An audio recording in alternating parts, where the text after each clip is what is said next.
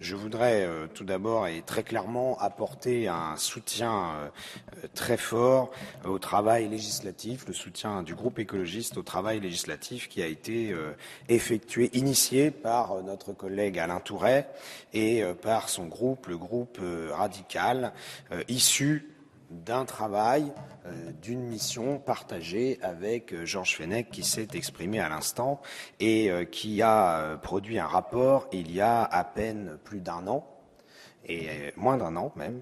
Et moi, je voudrais vraiment que l'on se félicite collectivement que ces rapports que nous produisons à l'Assemblée ne restent pas lettre morte et aboutissent à des changements législatifs qui peuvent donc s'inscrire par le biais d'initiatives parlementaires. Je voudrais d'abord dire que nous soutenons la démarche sur le fond. Et je crois que le titre de la proposition de loi, la réforme des procédures de révision et de réexamen d'une condamnation pénale définitive, exprime bien sur le fond le fait que ce texte répond à un besoin, à une demande, à un constat d'insatisfaction par rapport à quelques évolutions qui étaient intervenues ces dernières années quant aux demandes de révision ou de réexamen de condamnation, mais cela a été dit par d'autres collègues qui étaient restées fort peu nombreuses. Je le dis aussi, je crois que c'est Alain Tourret lui-même qui l'a dit, il s'agit de revenir clairement sur l'idée d'infaillibilité judiciaire. Je ne parlerai pas d'autres formes d'infaillibilité qui sont sans doute tout aussi critiquables, mais qui n'ont pas grand-chose à voir avec la politique.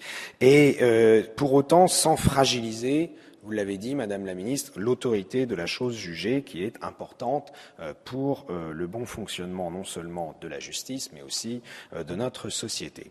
Je voudrais enfin dire que nous apprécions le caractère précis sur la forme. Au-delà du fond, c'est un texte qui est tout le contraire d'un texte d'affichage. Malheureusement, nous voyons trop souvent des propositions de loi inscrites à l'ordre du jour qui sont de stricts textes d'affichage et qui n'aboutissent pas. Et là, on est extrêmement précis sur l'ensemble de la procédure, y compris des sujets qui sont traités comme la conservation d'un certain nombre d'éléments sous scellés, la question de l'enregistrement sonore ou audiovisuel des procès d'assises. Nous avons tous en tête, certains l'ont dit avant moi, des affaires plus ou moins célèbres. Évidemment, en Bretagne, nous connaissons tous, et vous y avez fait référence vous-même, Alain Tourret, à l'affaire Seznec.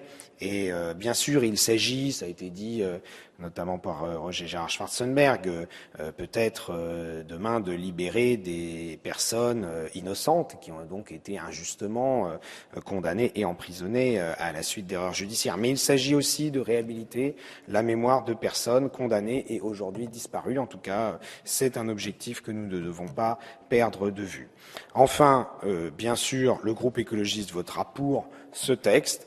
Et si le consensus n'est pas forcément une valeur positive en soi, ou en tout cas ce n'est pas un objectif en soi, je crois qu'on peut tous se féliciter de ce vote à l'unanimité, parce que les questions pénales, et je le dis devant nos deux collègues de l'UMP, les questions pénales sont souvent l'objet de polémiques politiques, pour ne pas dire politiciennes. Et nous en avons encore vu des exemples concrets ces dernières semaines avec la réforme pénale qui était présentée par Madame la garde des Sceaux. Donc là, nous faisons, nous législateurs, œuvre utile et concrète pour régler des problèmes et répondre à des besoins, à des attentes.